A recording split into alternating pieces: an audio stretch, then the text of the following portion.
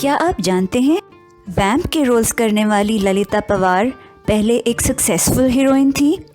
क्या थे वो हॉट सीन्स जिन्होंने उनकी शुरुआती फिल्मों में सनसनी मचा दी थी?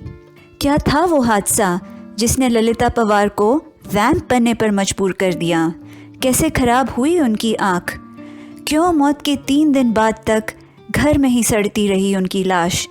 क्या है ललिता पवार की दर्द भरी कहानी? आइए मैं आपको बताती हूँ। दोस्तों, ये कहानी मैं आपको 2 वीडियोस में बताऊंगी। ये वीडियो है पार्ट 1। इसका सेकंड पार्ट का लिंक आपको नीचे डिस्क्रिप्शन बॉक्स में मिल जाएगा। ललिता पवार का असली नाम था अंबा लक्ष्मण राव सगुण। ललिता उनका फिल्मी नाम है। उनका फिल्मी सफ़र शुरू हुआ इत्तेफाक से।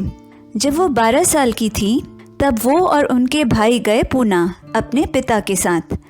उनके पिता वहाँ किसी बिजनेस के सिलसिले से गए थे। पुणे में ललिता और उनके भाई निकले घूमने और जा पहुँचे आर्यन सिनेमा। आर्यन सिनेमा में एक फ़िल्म चल रही थी। इससे पहले ललिता ने कभी कोई फ़िल्म नहीं देखी थी। ये दौर था साइलेंट मूवीज़ का। फिल्म के पर्दे के पास ही कुछ संगीतकार बैठे थे बाजे गाजे के साथ।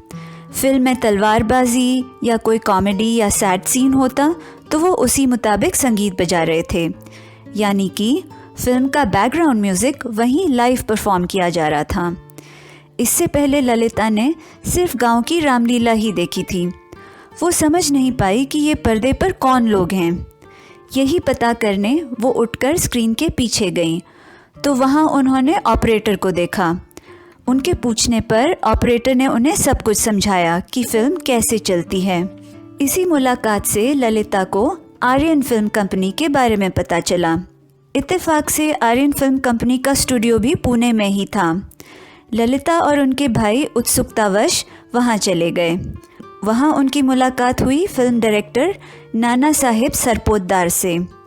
ललिता ने डायरेक्टर से अपनी फ़ोटो खींचने को कहा और कहा कि वो खुद को बड़े पर्दे पर देखना चाहती हैं। डायरेक्टर उनकी स्क्रीन प्रेजेंस से बहुत इम्प्रेस हुए और ललिता को फिल्म ऑफ़र कर दी। तो ऐसे मिली उन्हें उनकी पहली फिल्म राजा हरिश्चंद्र। इसके बाद वो आर्यन फिल्म कंपनी के लिए रेगुलर काम करने लगी। उन्हें 18 रुपये की मासिक तनख्वाह पर रखा गया था। दोस्तों, आने वाले सालों में उन्होंने आर्यन फिल्म्स और दूसरी कंपनीज के साथ कई साइलेंट फिल्मों में काम किया। इसके बाद 16 साल की छोटी सी उम्र में उन्होंने खुद प्रोड्यूस करी अपनी एक फिल्म, जिसमें उन्होंने 1 नहीं, 2 नहीं, बल्कि 3 किरदार निभाए। हीरोइन, वैम्प और माँ, तीनों किरदार उन्होंने खुद ही किए। ये फिल्म थी कैलाश।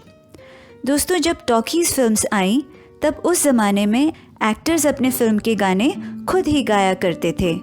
आपको ये जान के ताज्जुब होगा कि ललिता पवार ने गाने भी गाए हैं अपनी फिल्मों में। इससे भी ज़्यादा ताज्जुब होगा आपको ये जानकर कि उन्होंने अपनी पहली ही टॉकी फिल्म में एक बिकिनी सीन दिया है।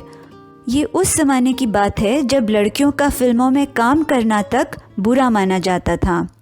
इसी फिल्म में उन्होंने कुछ किसिंग सीन्स भी दिए हैं। ये फिल्म का नाम था हिम्मते मर्दा। दोस्तों, यहाँ मैं कहूँगी उनकी दिलेरी की तो वाकई दाद देनी पड़ेगी। छोटी सी उम्र में डायरेक्टर के पास जाके डिमांड करना कि मेरी फ़ोटो खींचो, मैं खुद को बड़े पर्दे पर देखना चाहती हूँ।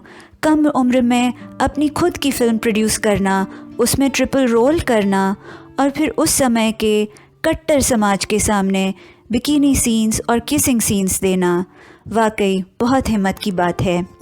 तो इस तरह उन्होंने कई फिल्में की और बन गई कामयाब एक्ट्रेस। उस ज़माने की सबसे खूबसूरत हीरोइंस में उनका नाम लिया जाता था। पर किस्मत को कुछ और ही मंजूर था। एक फ़िल्म की शूटिंग के दौरान हुआ एक ऐसा हादसा जिसने उनकी ज़िंदगी बदल दी।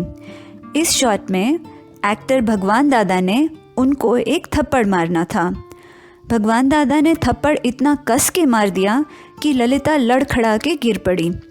उनके चेहरे की एक तरफ लकवा पड़ गया, यानी कि पैरालिसिस हो गया। उनकी बाईं आँख की नस फट गई और उनके कान में से खून बहने लगा। उन्हें तुरंत हॉस्पिटल ले जाया गया, जहां उनके शरीर के दाहिनी साइड लकवा पड़ गया। हॉस्पिटल में उनका इलाज 3 साल तक चला। जब वो ठीक होकर वापस आई तो उनका चेहरा और उनकी बाईं आँख दोनों बिगड़ चुके थे। इस हादसे के बाद उन्हें हीरोइन के रोल्स मिलने बंद हो गए। इस वक्त वो सिर्फ 25 साल की थीं। 25 साल की उम्र में उन्हें अपनी उम्र के हीरोज़ के माँ के रोल करने पड़े। अशोक कुमार, राज कपूर, दिलीप कुमार, देवानंद सब लगभग उन्हीं की उम्र के थे, लेकिन इन सब के माँ के रोल्स उन्हें करने पड़े। ललिता ने अपने इस मजबूरी को भी वरदान के रूप में लिया। उनका कहना था कि अगर ये हादसा ना हुआ होता तो शायद मैं इतनी वैरायटी के कैरेक्टर रोल्स ना कर पाती, मैं सिर्फ हीरोइन बन के रह जाती।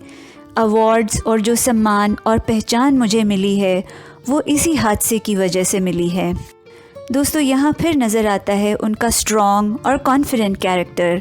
जहाँ कोई दूसरा एक्टर इतने भयानक हादसे के बाद शायद डिप्रेशन का शिकार हो जाता, वहाँ ललिता पवार ने इसको एक पॉजिटिव रूप से देखा, अपने करियर को नई दिशा दी और अपनी ख़राब आँख को भी अपनी ताकत बना के दिखाया।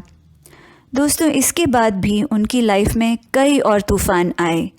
कैसे उनकी अपनी बहन उनकी सौतन बन गई, क्यों उनकी लाश पड़ी रही 3 दिन तक घर में बंद, ये सब मैं आपको बताऊंगी अगले वीडियो में।